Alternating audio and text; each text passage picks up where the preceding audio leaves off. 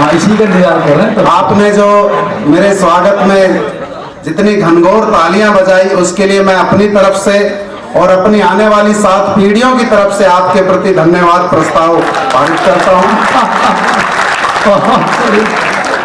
ये आप देख रहे होंगे शुरू से प्रतीक जी भी लगे हुए हैं, बाकी मेरे से पहले जो कवि आए सबने आपसे हाथ जोड़कर निवेदन किया, विनय किया, अनुनय किया। किसी ने डराया, किसी ने धमकाया, किसी ने फुसलाया। मंशा सबकी एक थी कि आपका जो तालियों के रूप में उन्हें आशीर्वाद मिले। तो ऐसा क्या है कि तालियां इन कवियों के लिए इतनी जरूरत होती है। ज्यादा कुछ बड़ी बात नहीं है, संक्षेप में सिर्फ इतना कहना चाहता हूं कि जिस तरह से गीत को संगीत की, गुरमीत को हनीप्रीत की, कि जिस तरह से गीत को संगीत की, गुरमीत को हनीप्रीत की, मछली को पानी की, बुढ़ापे को जवानी की, नेता को वोटर की, मरीज को डॉक्टर की, बच्चों को संस्कार की, व्यापारी को बाजार की, सर्दी में रिजाई की, राहुल को लुगाई की, फेसबुक पे लाइक की। पूरा तो सुन लो। फेसबुक पे लाइक की, सैलरी में हाइक की, चोर को मौके की, मौके पे चौके की, गालों पे लाली की और जीजा को साली की जरूरत पड़ती है। उसी तरह से इन सब कवियों को आपकी ताली की जरूरत। सारे एक बार जोर से ताली चेकाली कलकत्ते वाली कोई कवि ना जाए। मैं जिंदा वहां कहती हूँ। एक तो राहुल भाई का जवाब नहीं था बीच में। और अभी जो शुरू में आपके कॉलेज में 3 बच्चों ने काव्य पाठ किया, बहुत ही अच्छा लगा। जो काइट ने इस तरह की परंपरा करी है कि यहाँ पर एक इंजीनियरिंग कॉलेज में साहित्य के बच्चों को निखार करके आगे राष्ट्रीय पटल पर लाने का जो काम किया है, मैं प्रतीक जी को और काव्यांजलि के इससे जो भी जुड़े हुए लोग हैं उन सभी को साधुवाद देना चाहता हूँ। और एक बार चाहता हूँ कि पूरा सदन उनके लिए तालियां उठाए। क्योंकि कभी मैं जानता हूं कि मुनव्वर राणा साहब ने कहा था कि परिंदों के लिए कुंडों में पानी कौन रखता है, नए कमरों में चीजें पुरानी कौन रखता है। वो तो आप हैं जो संभाले हैं गिरती हुई दीवारों को, वरना सलीके से बुजुर्गों की निशानी कौन रखता है। बहुत बढ़िया। और जब मनुष्य यहाँ पर किसी की आंखों में उतरने की कोशिश कर रहा था और पीछे से जब आप लोगों की वाह वाह आहा और पता नहीं क्या क्या आहा भी थी, मैं वहां बैठा बैठा देख रहा था कि ये अपनी आंखों की गीड़ निकाल रहा है या दूसरे की आंख में घुसने की कोशिश कर रहा है। और उसके बाद प्रतीक भाई को भी सफाई देनी पड़ी, यहाँ पर आके स्पष्टीकरण देना पड़ा कि मैंने ऐसा कुछ नहीं सिखाया, इसने अपनी मर्जी से किया। क्योंकि अगली पंक्ति में जो भूतपूर्व नौजवान बैठे हुए थे वो उनको घूर घूर के देख रहे थे ये क्या करवा रहा है यहाँ पर। क्योंकि उनका कहना यह है कि बुजुर्गों ने ये दुनिया हमसे ज्यादा देखी भाली है, कि बुजुर्गों ने ये दुनिया हमसे ज्यादा देखी भाली है। बिना दौलत मोहब्बत की कहानी बस ख्याली है। क्या बात, वाह। कि बुजुर्गों ने ये दुनिया हमसे ज्यादा देखी भाली है, बिना दौलत मोहब्बत की कहानी बस ख्याली है। और समर्पण, प्रेम, सच्चाई, वफादारी की लफ्फाजी जी, कि समर्पण, प्रेम, सच्चाई, वफादारी की लफ्फाजी नहीं कुछ काम आती है अगर बटुआ ही खाली है। नहीं कुछ काम आती है अगर बटुआ ही खाली है। परंतु मैं उन बुजुर्गों को, उन भूतपूर्व नौजवानों की आपकी तरफ से जवाब देना चाहता हूं कि वतन का मान इस दुनिया के हर मजहब से ऊपर है। क्या बात है, कि वतन का मान इस दुनिया के हर मजहब से ऊपर है। सभी ने ही बताया माँ का दर्जा रब से ऊपर है। कि वतन का मान इस दुनिया के हर मजहब से ऊपर है। सभी ने ही बताया माँ का दर्जा रब से ऊपर है। और खनक सिक्कों की जब जब भी बनी बेड़ी मोहब्बत की, हुआ साबित यही आखिर मोहब्बत सबसे ऊपर है। हुआ साबित यही आखिर मोहब्बत सबसे ऊपर है। और मैं देख रहा हूं आप लोगों की जो इतनी ज्यादा प्रतिक्रिया आ और बाहर निकल रही है, क्योंकि वो क्या है कि किसी की दुखती नस पर हाथ रख दो तो वो एकदम से उछल करके आता है। और मुझे पता है योगी जी ने आजकल आपकी दुखती नस को बहुत कस के पकड़ रखा है, जो उन्होंने एंटी रोमियो स्क्वाड बना रखी है। परंतु आजकल 377 लगने के बाद वो एंटी रोमियो स्क्वाड भी कंफ्यूज है कि एक साथ 2 लड़के जा रहे हैं तो क्या करना है। भाई वाह, जिंदाबाद। और वो श्री राम सेना भी रीप्लानिंग करने में लगे हुए कि वैलेंटाइन डे को क्या अपनी रणनीति अपनानी है। तो आप लड़कों की तरफ से मैं कहना चाहता हूं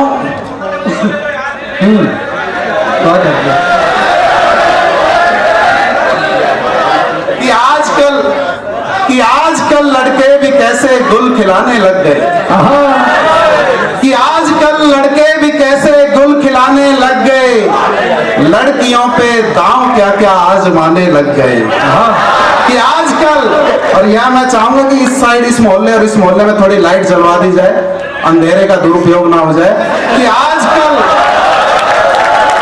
आजकल लड़के भी कैसे गुल खिलाने लग गए, लड़कियों पे दांव क्या क्या आजमाने लग गए, और हक जताते मजनुओं सा अपनी जिस लैला पे वो 2 ही डंडों में उसे दीदी बताने लग गया।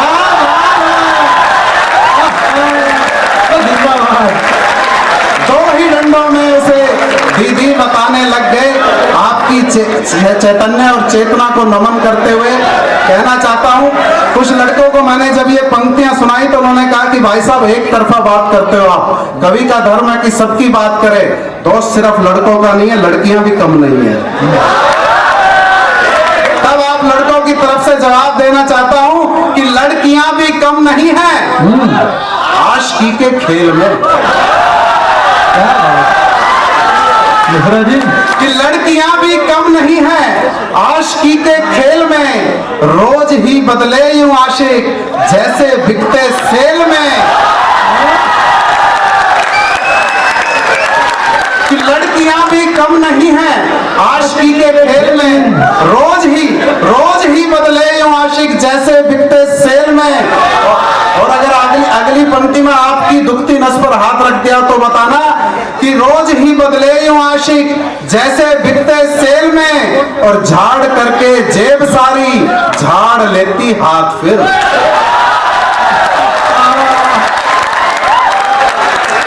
कि झाड़ करके जेब सारी झाड़ लेती हाथ फिर, हर रात कटती आशिकों की रेल में या जेल में।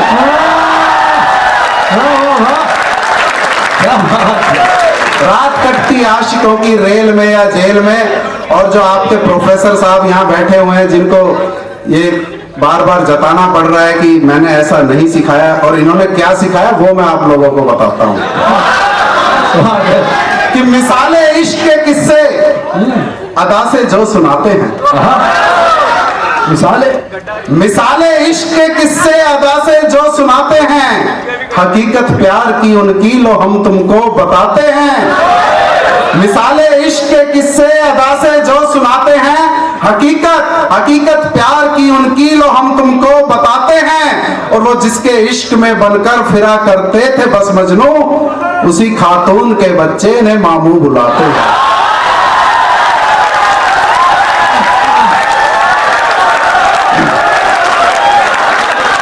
ये बात तो ठीक कह रहे हैं, इस बात को कुछ ऐसे भी कह सकते थे कि इन्होंने अपनी बात मेरे पे डाल दी कि है तो है,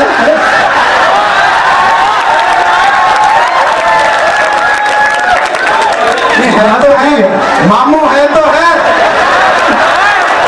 अरे मेरी भी सुन लो, ये इनके अनुभव की बात है कि मुद्दत के बाद वो मिली पर दर्द रह गया। संजीव जी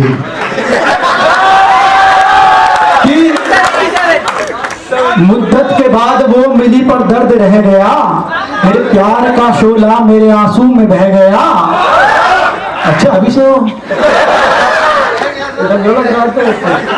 कि मुद्दत के बाद वो मिली पर दर्द रह गया, मेरे प्यार का शोला मेरे आंसू में बह गया, और मासूम से बच्चे ने इनका तोड़ दिया दिल, बनना था जिसका पापा वो ही मामा कह गया।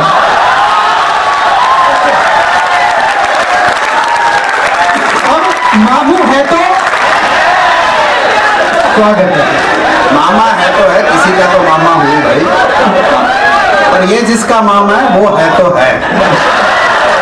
बात अनुभव की करी तो बड़े भाई प्रतीक है, महाकवि हैं, और इस समय मैं बताऊं आपको, काइट का नाम पूरी दुनिया में, देश में रोशन कर रहे हैं। और आज जहां जहां पूरे देश में इनके जो फैन फॉलोइंग है वो आपको मैं बता नहीं सकता। एक बार मैं चाहूंगा कि पूरे सदन की आज के संचालन के लिए तालियां हैं। और ये इतना बड़ा कवि बनना कोई ऐसा नहीं है कि बच्चों का खेल है कि उठा करके कभी भी 4 पंक्तियां लिख दी, बहुत दिमाग लगाना पड़ता है। और कैसे बड़ा कवि बना जाता है वो मैं आपको बताता हूं। अगर वो बात आपने बारीकी से पकड़ ली तो अगले साल में बाहर से कोई कवि आपको बुलाना ही नहीं पड़ेगा। क्या बात, स्वागत। कि फलों से हो लदे जो पेड़ हरगिज तन नहीं सकते, कि फलों से हो लदे जो पेड़ हरगिज तन नहीं सकते, बिना बेटी कभी घर में तो उत्सव मन नहीं सकते। क्या बात है, क्या बात है। और जब भी आप हिंदी साहित्य को पढ़ेंगे, हिंदी काव्य का इतिहास पढ़ेंगे तो 2 नाम सिर्फ शिखर पर आते हैं, उसके अलावा तीसरा नाम नहीं आता, महाकवि तुलसीदास और महाकवि कालिदास। और ये कवि किन परिस्थितियों में बने उस इतिहास को अपने जहन में रख करके अगली पंक्ति सुनना कि फलों से हो लदे जो पेड़ हरगिज तन नहीं सकते, बिना बेटी कभी घर में तो उत्सव मन नहीं सकते। और यही एक बात तुलसी और कालिदास से सीखी, बिना बीवी से खाए लात कवि तुम बन गए।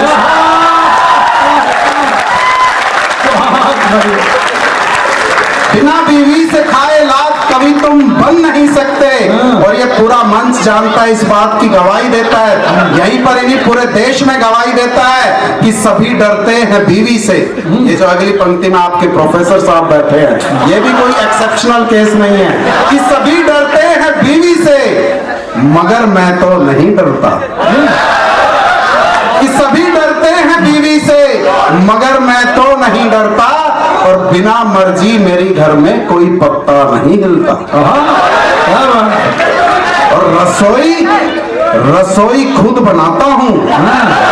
क्या बात है। बिना पूछे ही बीवी से। यह नहीं कि प्रतीक भाई की तरह जो थाली में टुकड़े डाल दिए खा करके यहाँ पर आ गए। और इससे अनुभव भी आता है, ये अनुभव की बात कर रहे थे, इनका अनुभव बताता हूं मैं, क्योंकि रसोई में इनको जाने का मौका नहीं मिलता, क्योंकि जो हमारी भाभी जी है वो उनको झाड़ू चौके और बर्तन से ही फुर्सत नहीं लेने देती। तो इनका अनुभव बताता हूँ। एक बार भाभी जी चली गई मायके, अब भाई साहब ने रसोई में गए, कुकर चढ़ाया गैस पर और सेल्फी लेकर के फेसबुक पे अपडेट डाला कि चाय बना रहा हूं, कितनी सीटी लगवानी है। बहुत बढ़िया। सौरभ भाई का रिमार्क, उस पर कमेंट आया कि 1 सीटी तो पहले ही लगी हुई है और कितनी लगाएगा।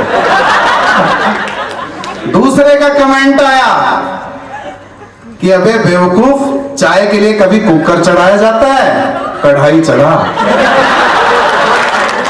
तीसरे का जवाब आया कि कि बालकनी में जाकर के पड़ोसन को सीटी मार, चाय वैसे ही आ जाएगी।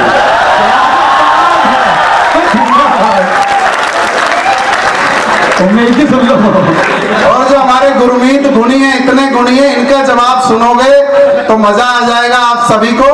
इन्होंने लिखा, भाभी जी गई हुई हैं तो चाय बनाने की जरूरत क्या है, आप बोतल मंगवाओ, हमें बुलाओ, सीटी हम बजा देंगे, जितनी कहोगे उतनी बजा देंगे।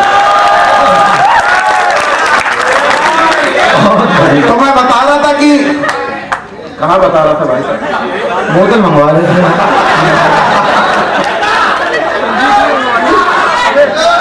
नहीं, ये हो जाता है कई बार। अभी हमारे भाई साहब के साथ भी हो गया, बीच में भूल के पर्ची लानी थी, कौन सी निकल कोई सी गई। कई बार ऐसी परिस्थितियां मंच पर हो जाती हैं। मैंने देखा एक बार एक कवि सम्मेलन में एक कवि आया, बड़ी जोश खरोश के साथ, तैयारी के साथ, मन संचालक ने भी उसकी लंबी चौड़ी भूमिका बना करके पब्लिक के सामने ऐसे पेश किया जैसे कोई इंटरनेशनल कवि आज यहाँ पर आया है, और सबने भरपूर तालियों से उसका स्वागत किया। और उसने अपनी कविता पढ़नी शुरू करी। बोला, सड़क के बीच चौराहा, सड़क के बीच चौराहा, और पर्ची मिलाए, और चौराहे पर खड़ा कुत्ता, कभी यहां देखे और कभी यहां देखे। सड़क के बीच चौराहा और चौराहे पर खड़ा कुत्ता, पब्लिक पूरी शांत, क्योंकि जिस तरह की उसकी इमेज बना दी गई थी वो सोच रहा पता नहीं क्या पंक्ति आने वाली अगली। बोले सड़क के बीच चौराहे पर खड़ा कुत्ता और कुत्ते के ऊपर कुत्ता। पूरा सन्नाटा, सब देख रहे क्या बोलेगा अगला। उसने फिर बोलना शुरू किया अपनी याददाश्त को टटोलते हुए कि सड़क के बीच चौराहे पे खड़ा कुत्ता और कुत्ते के ऊपर फिर कुत्ता। अब जी साहब उसने ऐसे करते करते 8-10 कुत्ते पे कुत्ते चढ़ा दिए और आखिर में फिर वही कि सड़क के बीच चौराहे पे खड़ा कुत्ता, कुत्ते के ऊपर कुत्ता, कुत्ते के ऊपर कुत्ता, कुत्ते के ऊपर कुत्ता, कुत्ते के ऊपर कुत्ता और कुत्ते के ऊपर फिर कुत्ता। तो प्रतीक भाई और मैं दोनों गए हुए थे। प्रतीक एकदम से उठे, भाई वाह वाह वाह वाह वाह वाह वाह वाह। मैं कहा यार इसमें वाह वाह वाली कौन सी बात है। बोले तू मैं कवि कहना क्या चाह रहा है। बोले क्या कहना चाह रहा है वो छोड़, बैलेंस देख 15 कुत्ते चढ़ चुके, गिरा एक भी नहीं।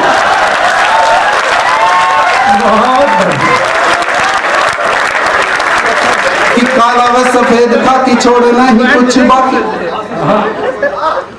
3 रंगों का प्रतीकात्मक रूप से इस्तेमाल किया है। किनके लिए किया है आप सभी यहाँ पर पढ़े लिखे श्रोता बैठे हैं, बताने की मुझे कोई आवश्यकता नहीं है।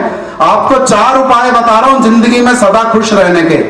इतनी दुख तकलीफ टेंशन हमारी जिंदगी में कि हंसने के लिए भी हास्य कवियों को और लाफ्टर शो करवाने पड़ते हैं। तब मैं कहना चाहता हूं कि अगर इन 4 उपायों को आप जिंदगी में उतार लोगे तो कभी दुख तकलीफ आपकी जिंदगी में प्रवेश करना तो दूर, कभी दस्तक भी नहीं दे पाएगी। कि काला व सफेद खाकी छोड़े नहीं कुछ बाकी, इनके निकट कभी जाना नहीं चाहिए। और बोस के अगाड़ी और घोड़े के पछाड़ी कभी भूल के भी यार मेरे आना नहीं चाहिए। और कितना भी प्यार मिले मान व सम्मान मिले, कि कितना भी कितना भी कितना भी कितना भी कितना भी प्यार मिले मान व सम्मान मिले, जाके ससुराल बस जाना नहीं चाहिए। और अपनी लुगाई आगे दूजी चाहे प्यारी लागे, उसकी बड़ाई में तो गाना नहीं चाहिए, उसकी बड़ाई में तो गाना नहीं चाहिए। और भाई साहब ये लुगाइयों की बढ़ाई करना भी एक आर्ट है, हर एक के बस की बात नहीं है। ये अपने मनुष्य जैसे लोग ही कर सकते जो श्रृंगार रस के कवि हैं। एक दिन मेरी पत्नी ने मुझे चैलेंज कर दिया, ये पुरुष को देखकर सीटी बजा रहे हो अच्छी बात नहीं है, माना कि 377 हट चुकी है, पर उसका इतना भी दुरुपयोग ना करें। एक बार मन कर रहा है तो तालियां बजा दीजिए आप।